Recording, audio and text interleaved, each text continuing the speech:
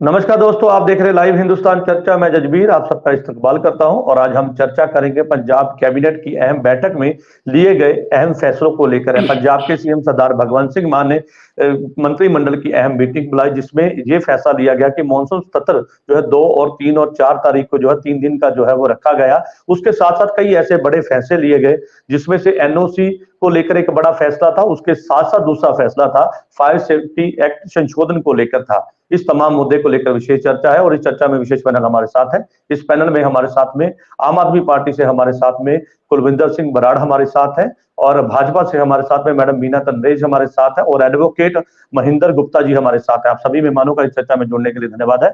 और चर्चा की शुरुआत कुलविंदर बराड़ जी मैं आपसे करूंगा, क्योंकि फायर सेफ्टी एक्ट संशोधन जो है वो लाया गया, इसके अंदर कितना फायदा मिलेगा, आखिर क्या ऐसी वजह थी जिसको लेकर इसमें संशोधन करना पड़ा, और एनओसी को लेकर जो बड़ा फैसला लिया गया कि भाई एनओसी को, क्योंकि सबकी निगाहें थी कि एनओसी को लेकर कई तरह की डिमांड थी, जनता जो है वो पंजाब की एनओसी को खत्म करने की, और सरकार भी पहले कह चुकी है कि हम एनओसी को खत्म कर देंगे। हालांकि उसमें अभी टाइमिंग को लेकर कुछ मुझे लगता है रिलीफ दिया गया, लेकिन कई तरह के सवाल जनता के बीच थे। तो कैसे देखते हैं, क्या क्या बड़े फैसले इस बैठक के अंदर लिए गए?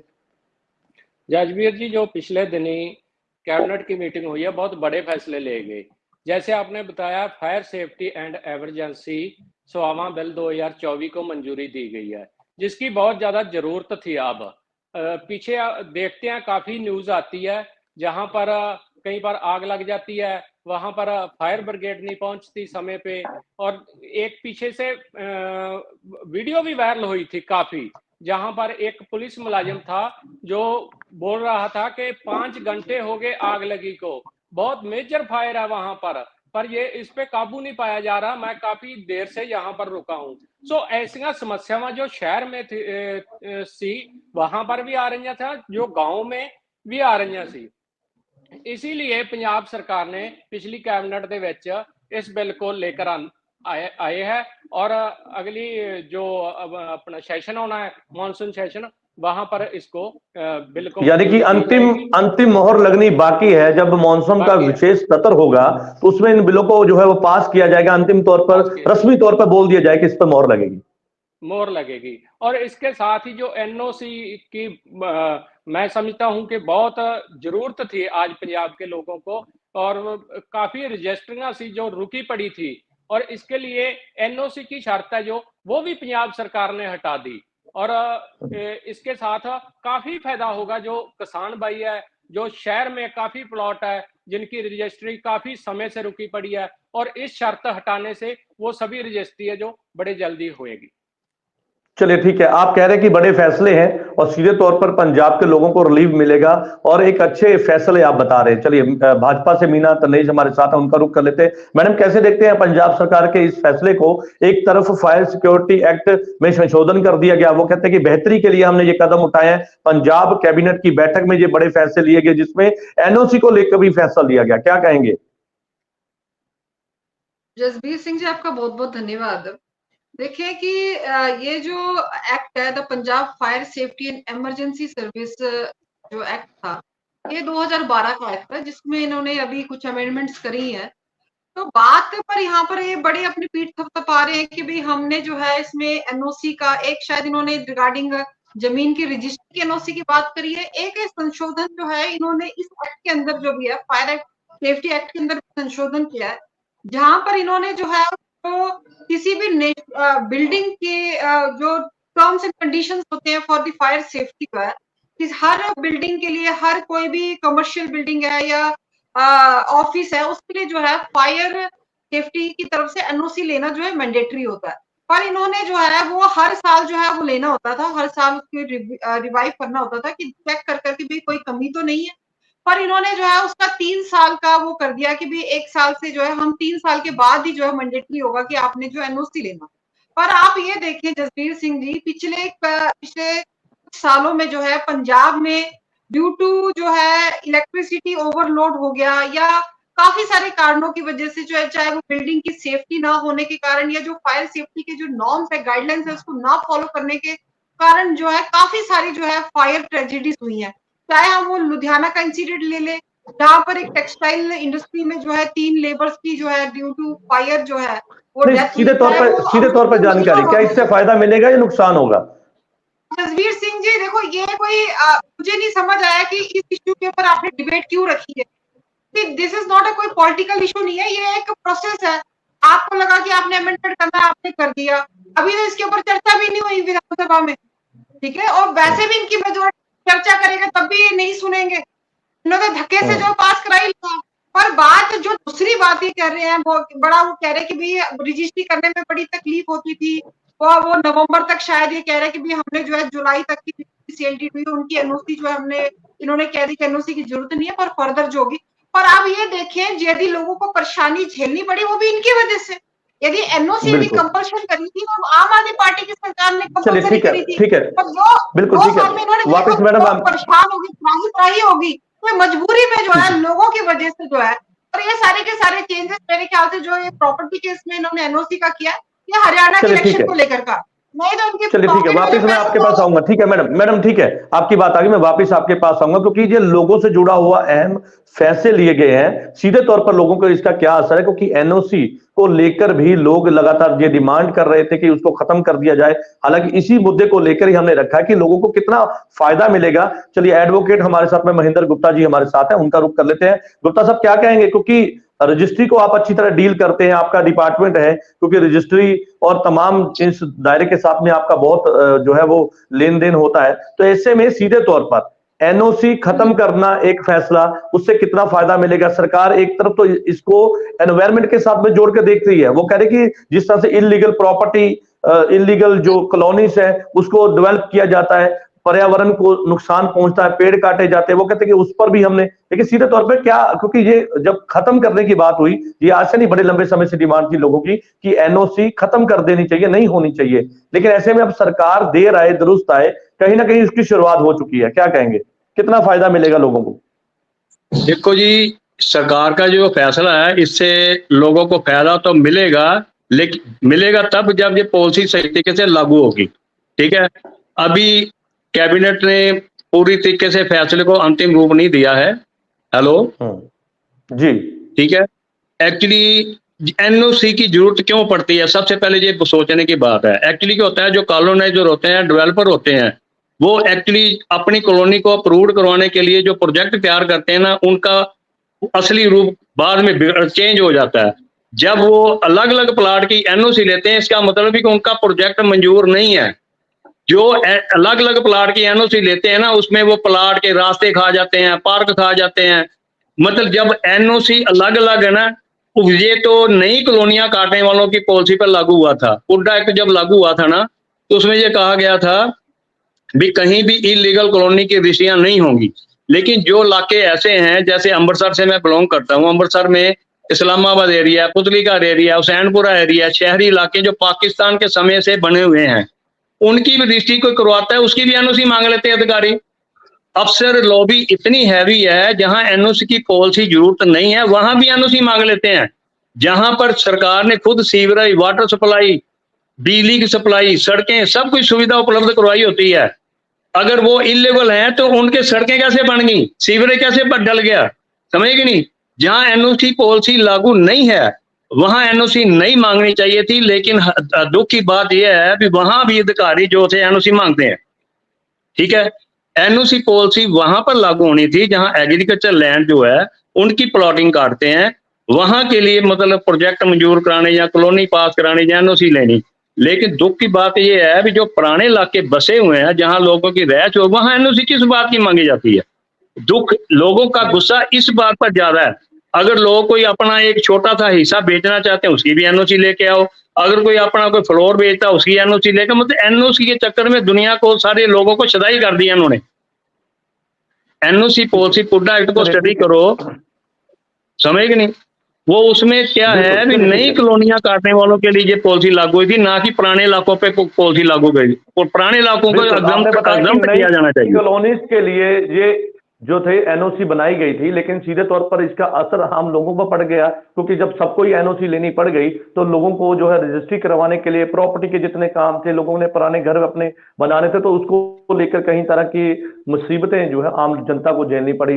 बराड़ साहब का रुख कर लेते वापस। बराड़ साहब वो कहते हैं कि पॉलिसी तो बना दी आपने, लेकिन उस पॉलिसी को लागू कैसे करेंगे, इम्प्लीमेंट कैसे करेंगे, उस पर भी कहीं ना कहीं देखना होगा सरकार को। और जो एनओसी की डिमांड थी, वो कहते हैं जो पुरानी समय ने जब सरकारें थी उन्होंने एनओसी बनाई थी, नई कॉलोनीज के लिए बनाई थी, लेकिन आज हर एक आदमी को उसकी जब जरूरत पड़ने लगी, हालांकि ठीक है आपने उस बात को सुना और आपने इसका फैसला भी, हालांकि अंतिम मोहर लगनी बाकी है कि भाई ये मुकम्मल तौर पर खत्म हो जाए, लेकिन कहीं ना कहीं रिलीफ तो मिला है। तो क्या उस पर सरकार आगे काम कर रही है? क्या आम जनता की आवाज सुनते हुए उस पर काम किया जाएगा?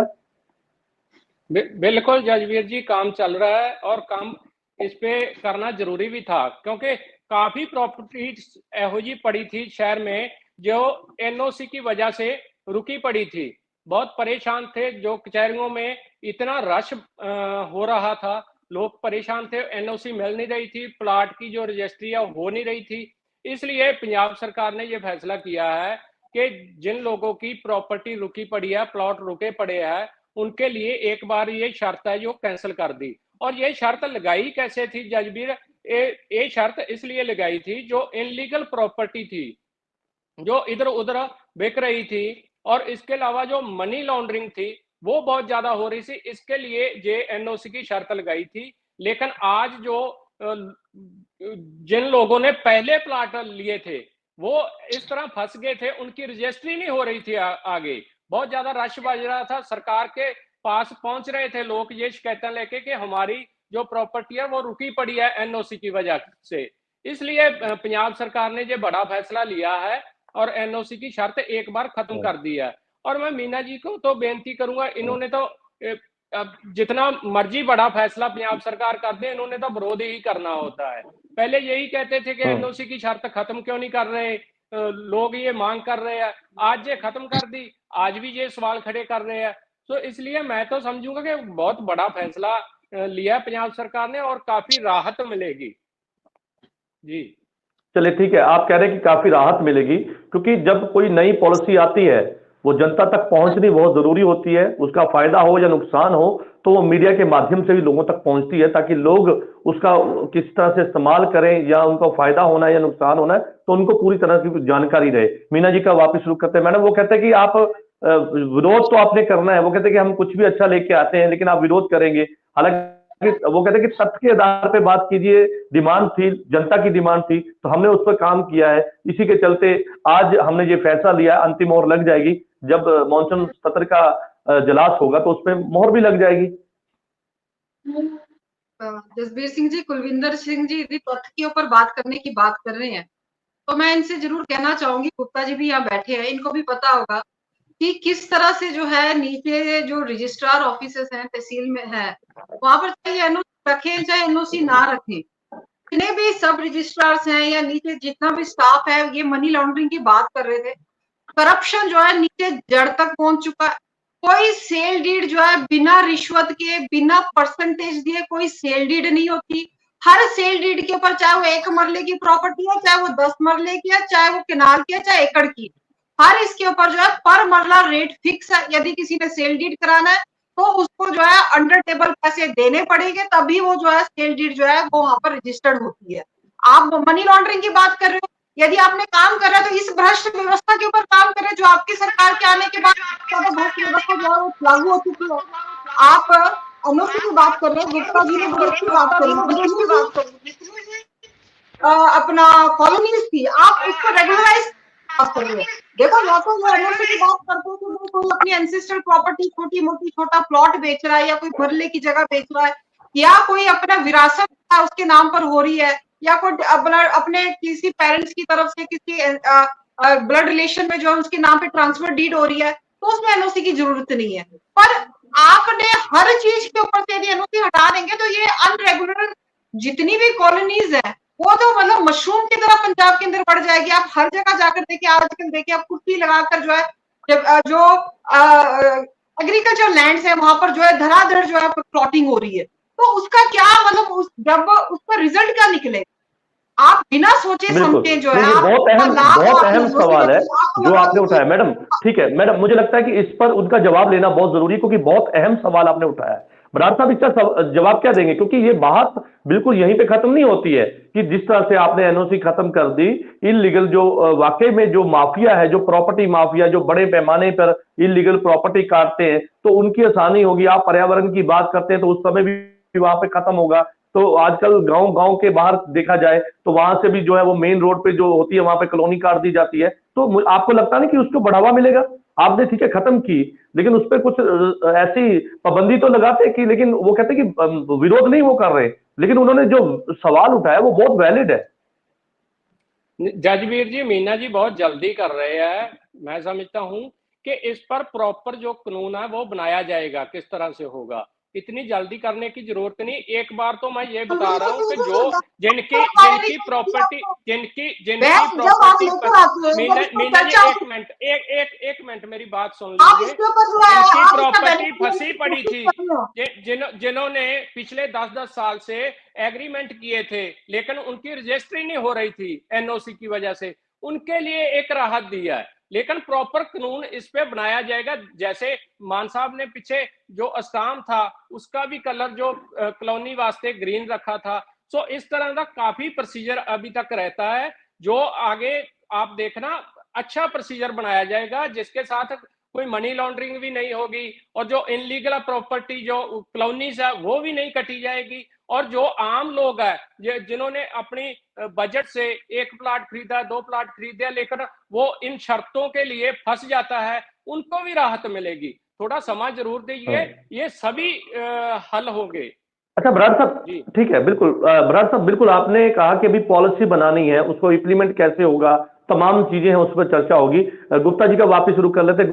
गुप्ता जी, यहाँ पे करप्शन की बात, क्योंकि अब जिस टॉपिक पे आज हम चर्चा कर रहे हैं, मुझे लगता है बहुत इंपॉर्टेंट टॉपिक है। वो इसलिए हो जाता है कि रजिस्ट्री जब करवाने के लिए तहसील ऑफिस में, रजिस्ट्रार ऑफिस में जाना पड़ता है, तो वहां पे भ्रष्टाचार से लिप्त जो वहां पे लोग हैं वो बिना रिश्वत लिए वो काम नहीं करते। और रिश्वतखोरी मुझे लगता है शुरू वहां से होती है, क्योंकि जब आदमी का काम नहीं होता है तो वो थक हार के वो ऑफर करता है कि आप भाई आप ले लीजिए जो लेना है। तो आपको नहीं लगता कि एक भ्रष्टाचार को लेकर जिस तरह से सरकार कहती है कि हमने एनओसी खत्म कर दी, अब इलीगल प्रॉपर्टी, वो हालांकि कह रहे हैं कि पॉलिसी बनाई जाएगी, तो भ्रष्टाचार पर भी कहीं ना कहीं रोक पे काम होना चाहिए, क्योंकि आप उसी डिपार्टमेंट में काम करते हैं तो आपको अच्छी तरह पता है। हेलो, हाँ जी जी गुप्ता जी। ऐसा जज की बात ये है, भ्रष्टाचार कहाँ से शुरू होता है? भ्रष्टाचार की जो शुरुआत है ना वो कलेक्टर रेट से होती है। ठीक है, जो कलेक्टर रेट जो है ना, ये सन 88 में पंजाब में चंद्रा कमेटी के जरिए लागू हुआ था।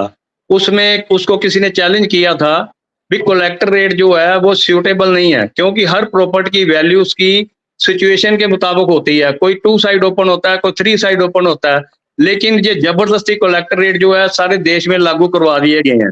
ठीक है, सौदा एक्चुअली कुछ होता है और रजिस्ट्री कलेक्टर रेट के आधार पे होती है। जब लोग खुद ही स्टैंप ड्यूटी की चोरी करेंगे तो भ्रष्टाचार तो शुरू होगा ही। ये कलेक्टर रेट जो है ना, इसके जरिए इसकी आड़ में सारा गोलमाल हो रहा सारे देश में। जैसे मनी लॉन्ड्रिंग है, मान लो किसी ने प्रॉपर्टी ली 5 करोड़ की, रजिस्ट्री हो जाती है 1 करोड़ की, तो काला धन तो बनेगा ना। मेरा नोटबंदी के दौरान मेरा एक पंजाब के में आर्टिकल लगा था, कलेक्टर रेट की आड़ में रोजाना बढ़ रहा काला धन। ठीक है, किसी भी स्टेट में देख लो, कलेक्टर रेट के आधार पर रजिस्ट्रियां होती हैं, एक्चुअली जो सौदा होता है उसकी रजिस्ट्री नहीं होती। तो जब ऐसे हालात बनेंगे तो करप्शन क्यों नहीं होगी? अफसर को भी मालूम है सौदा कितने का, रजिस्ट्री कितने की है, रजिस्ट्री करवाने वाले को भी मालूम है भी सौदा मैंने कितने का किया, रजिस्ट्री कितनी, इसकी आड़ में भ्रष्टाचार का खेल सारे देश में चल रहा है। ये कलेक्टर रेट जो है जिसका सिस्टम बंद होना चाहिए, तो फिर जाके करप्शन रुकेगा, वरना यह सिलसिला चलता रहेगा।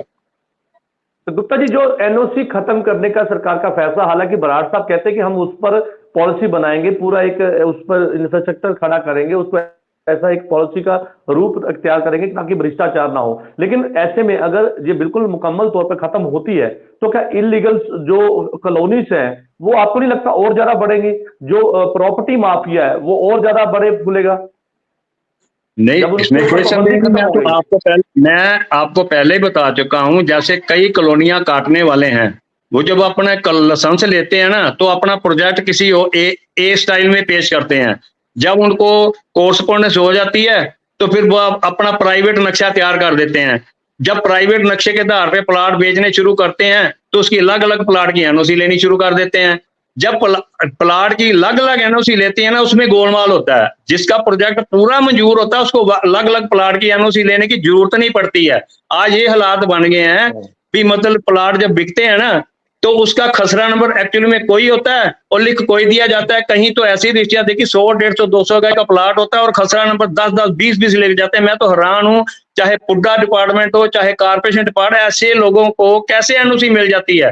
प्लाट 100, 200 गज का नहीं होता, खसरा नंबर 20, 20 डाल दी जाते हैं। कैसे डाले जाते हैं? कैसे चेकिंग होती है? ये अधिकारी कर क्या रहे हैं? तो इसमें तो सारा ही भ्रष्टाचार में लिप्त है सारी डिपार्टमेंट। बिल्कुल, ये कड़वी सच्चाई है जो आज हमारे सामने आई है और इसको मानना मुझे लगता है वो एक बड़ी बात हो जाती है, क्योंकि इस तरह के जब हम प्रॉपर्टी को लेकर जब मसले लेकर कचहरी में जाते हैं, तहसीलदार ऑफिस में जाते हैं, वसीके के पास जाते हैं, तो मुझे लगता है ये तमाम चीजों से फेस करना पड़ता है आम इंसान को और बहुत मुश्किलें पेश आती हैं। मीना जी का वापस रुक कर पॉलिसी बनाएंगे। जज एक बात और मैं बताना चाहता हूं, आज अमृतसर में ये हालात है, एक्चुअली लोगों की रजिस्ट्री हो जाती है, कब्जा मिल जाता है, लेकिन हकीकत में कब्जा कहीं और होता है, इंतकाल उसका कहीं और होता है। इसकी गहराई से कोई नहीं देता, ना तहसीलदार देखता है, ना डिपार्टमेंट पुड्डा देखता है, ना कारपोरेशन देखता है, कोई सुनने को तैयार नहीं है। अधिकांश रजिस्ट्रियों की चेकिंग करवा लो, कब्जा कहीं है, इंतकाल कहीं है। इसका ये खेल हो क्या रहा है मेरे को समझ नहीं आ रही। ठीक है मैडम, क्या कहेंगे? ठीक है, क्योंकि ये बात देखिए गुप्ता जी ने भी बताई है कि किस तरह से भ्रष्टाचार और जो अधिकारी अपना काम नहीं करते हैं जिसकी वजह से लोगों को परेशानी झेलनी पड़ती है, और शुरुआत ही यहीं से हो जाती है। वो कि कलेक्टर रेट जब रखा गया है लेकिन उससे ही शुरुआत हो जाती है आगे भ्रष्टाचार की और एनओसी को लेकर। मुझे लगता है कि लोग इससे बड़े परेशान है, क्योंकि ये चीज ऐसी है कि लोगों को पैसे खर्चने के बाद भी उनका काम नहीं होता सरकारी इदारों में। जसवीर सिंह जी, सिर्फ इतना ही परेशानी नहीं है। आप देखेंगे जितनी भी इलीगल कॉलोनीज बन रही हैं, आप मैक्सिमम उन जगहों में जाकर देखेंगे तो उनके साथ जो है शामलाट रकबा जो है वो जरूर लगा होता है।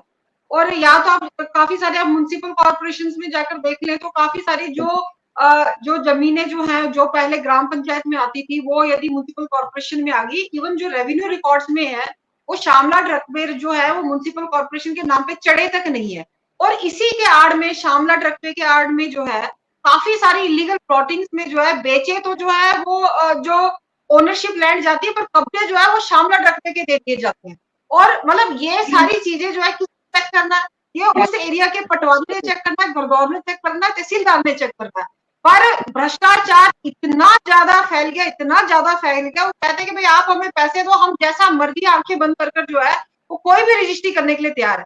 जबकि शामलाट के ऊपर जो है ये पॉलिसी है, ये गाइडलाइंस है कि भी कोई भी शामलाट रकबे की जो है वो रजिस्ट्री नहीं हो सकती। पर प्राइवेट नंबर के आड़ पर जो है शामलाट रकबे बिके जा रहे। कोई भी डिपार्टमेंट, चाहे म्युनिसिपल कॉर्पोरेशन है चाहे ग्राम पंचायत है, अपने प्रॉपर्टी की निशानदेही कर राजी नहीं है। और मतलब इवन जो है अपने प्रॉपर्टीज को एनक्रोचमेंट से जो है इन नाजायज कब्जों से छुड़ा कर राजी नहीं है। मतलब ये बहुत बड़ा गोरख धंधा जो है नीचे चल रहा है, मनी लॉन्ड्रिंग जो है के नाम पर। ये जितना मर्जी आम आदमी पार्टी कह ले कि हम मनी लॉन्ड्रिंग को जो है हटाने की कोशिश कर रहे हैं, और आप इनके देखेंगे इनके बड़े बड़े मिनिस्टर्स जो है ऐसे घपलों में जो है, कुछ टाइम पहले इनके कितने 2-4 मंत्रियों को मैं नाम नहीं लूंगी, उनका सामने आया था कि शामलाट घपलों के जमीनों के ऊपर कितने बड़े बड़े घोटाले सामने आए थे। मतलब ये सारे के सारे एक दूसरे को जो है किस तरह से लाभ पहुंचाना है उसके लिए पॉलिसीज आती है, उसके लिए कानून आते हैं, और जब इनको लगता है कि लाभ नहीं मिल रहा तो वो कानून बदल जाते हैं। मेनली है कि भाई लोगों को किस तरह से फायदा मिल सके, लोगों को कोई फायदा नहीं मिल रहा। आज आप कह रहे हैं कि पुरानी एग्रीमेंट्स के ऊपर मैं पढ़ रही थी तो ये शायद इन्होंने जो है इसका जो है शायद 30 जुलाई तक का कहा है कि एनओसी जो है वो लागू नहीं होगा, पर नवंबर से जो है हम फिर से जो है एनओसी शुरू कर देंगे। आप कह रहे हैं कि हमने अभी पॉलिसी फ्रेम करनी है, आपने यदि पॉलिसी नहीं बनाई, आप गाइडलाइंस नहीं बनाए, कुछ नहीं फ्रेम किया, तो आप चर्चा किस चीज का कर रहे हैं? आप लड़की से रहे हैं यहाँ बैठ कर हमने बहुत अच्छी पॉलिसी बना ली, आपको खुद ही नहीं पता। आम आदमी पार्टी के प्रवक्ता यहाँ बैठे हुए उनको यही नहीं पता कि हमने लॉ क्या बना रहे हैं, हम फिर चर्चा किस चीज की कर रहे हैं? मुझे तो यही नहीं समझ आ रहा। यदि चर्चा करना, हम ओपन डिबेट करें, लोगों से, पंजाब की जनता से राय मांगे कि भाई वो क्या चाहते हैं। जनता के लिए कानून बना रहे हैं ना, अब सरकार के लिए कानून बना रहे हैं, अब जनता से राय मांगे, हमसे मांगे राय, हम देते हैं आपको राय। ओपन डिबेट रखिए इसके ऊपर में, फिर आप कानून बनाए, फिर तो हम भी ताली बजाएंगे कि हाँ जी आम आदमी पार्टी ने बहुत अच्छा काम किया। ठीक है बराड़ साहब, वो कहते हैं कि ओपन डिबेट रखिए, आप खुल के बात कीजिए, हम तैयार हैं। आप जनता के बीच जाइए, अगर जनता के हित के लिए आपने फैसले उठाए हैं तो फिर आप जनता के बीच जाके बताइए। देखिए जजबीर जी, मीना जी इधर उधर डिबेट को जा रहे हैं। अगर जो उन मुद्दों पे बात करने लगे ना तो बहुत बड़े घोटाले निकलेंगे।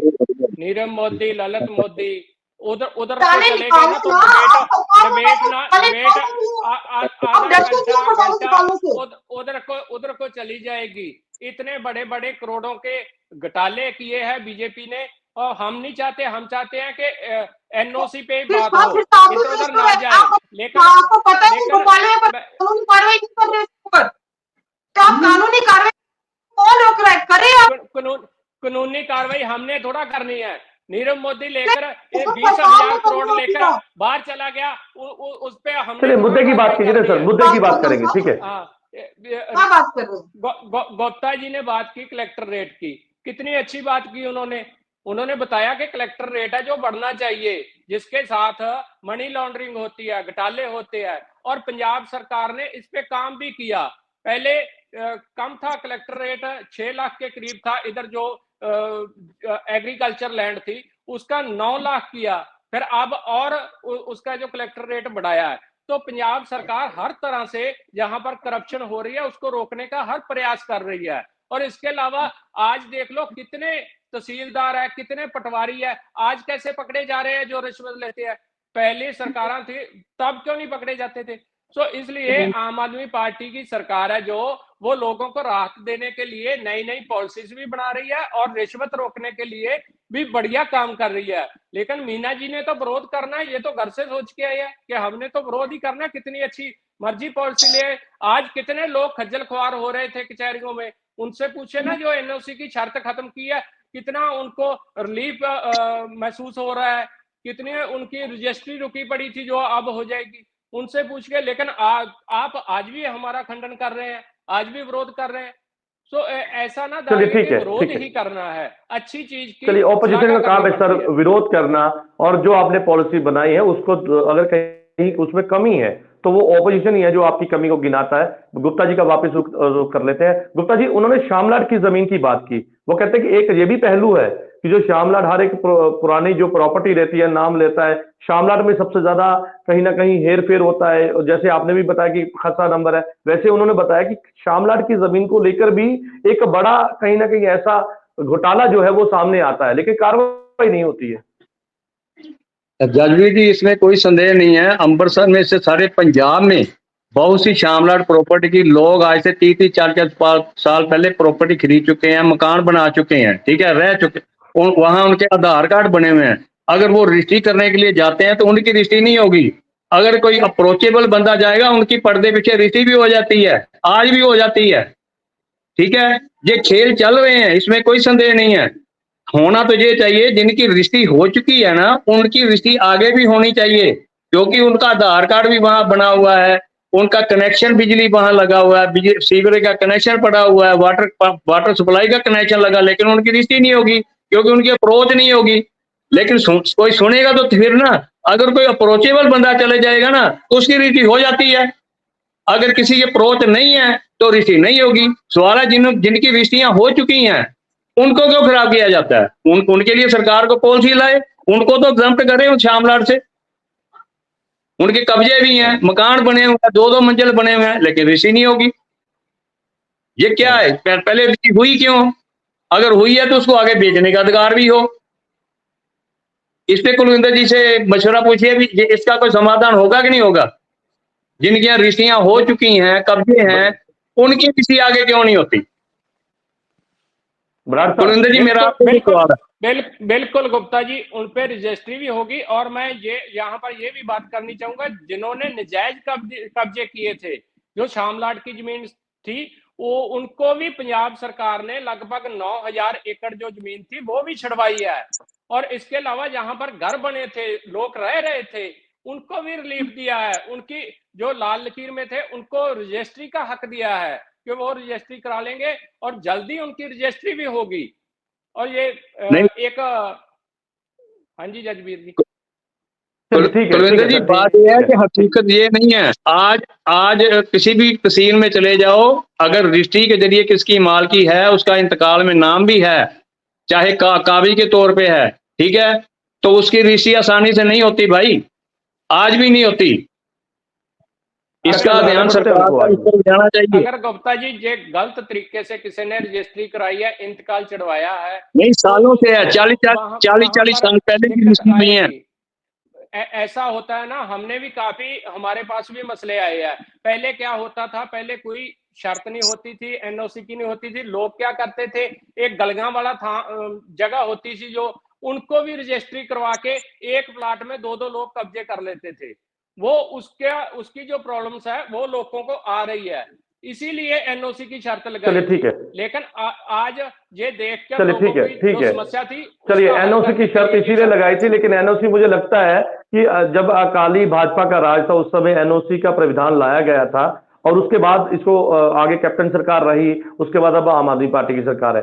चलिए मैडम, क्या कहेंगे अंतिम में, क्या कहेंगे? वो कहते हैं कि ठीक है, हम इस पर ध्यान दे रहे हैं और बड़े पॉलिसी जो है बड़ी सोच समझ के बनाई जा रही है, आगे देखिए और इंप्लीमेंट इसको और दुरुस्त कर दिया जाएगा ताकि इसमें और बेहतरी करके लोगों को जो है वो फायदा दिया जाए। मेरा सिर्फ इतना कहना है कि जब 2022 में आम आदमी पार्टी की सरकार आई थी तो ये कहकर आई थी कि भाई we are the party with difference, हम पंजाब को रंगला पंजाब बनाएंगे, भ्रष्टाचार मुक्त करेंगे और हम कट्टर ईमानदार पार्टी। और आज सबसे जो है भारत की सबसे जो भ्रष्ट पार्टी है तो आम आदमी पार्टी है। यदि आप उस 2022 नारे को जो है इम्प्लीमेंट करना चाहते हैं तो मेरा आपसे निवेदन है कि भी हम जो है, जो बड़ी मुश्किल से जो है दिन रात मेहनत कर थोड़े बहुत पैसे कमाकर जो है अपने रहने के लिए 1, 2, 4 मरले की जो रजिस्ट्रियां कराते हैं, तो उसके लिए हमारा रास्ता साफ करें। अगर कम से कम अपने जो तहसील में जो है, जो आप जो कहते हैं ना कि भाई काफी हमने बड़े भ्रष्टाचार मुक्त किया, आप जाकर जो है एक स्टिंग ऑपरेशन, मैं जसबीर सिंह जी आपको कह रही हूँ, इन्होंने तो चलो करना नहीं है, यदि ये गए, इनका कोई मंत्री गया तो ढोल नगाड़े बजा कर जाएगा कि हम आ रहे हैं, तो सब कुछ साफ हो जाएगा। मैं आपसे कह रही हूँ कि आप एक बार स्टिंग ऑपरेशन जो है पंजाब की किसी भी तहसील में जाकर आप एक स्टिंग ऑपरेशन कर देख ले। आप एक दो मरले की रजिस्ट्री जो है एक आम आदमी बनकर जो है, आम पंजाब की एक जनता बनकर जाकर कराकर देख ले, आपको असलियत सामने आ जाएगी। आप पत्रकार है, मैं इसलिए आपसे निवेदन कर रही हूँ। तो मेरा आपसे निवेदन है, पंजाब की जनता को यदि आप जो है सहूलत पहुंचाना चाहते हैं तो एक अच्छी चीजें जो लेकर आए जिसकी हम भी आपका तारीफ करें। ऐसे नहीं कि आप लोगों को भ्रम भ्रामक डालकर जो है बेवकूफ बनाकर जो है ये कहें कि भी हमने बहुत बड़ा काम किया।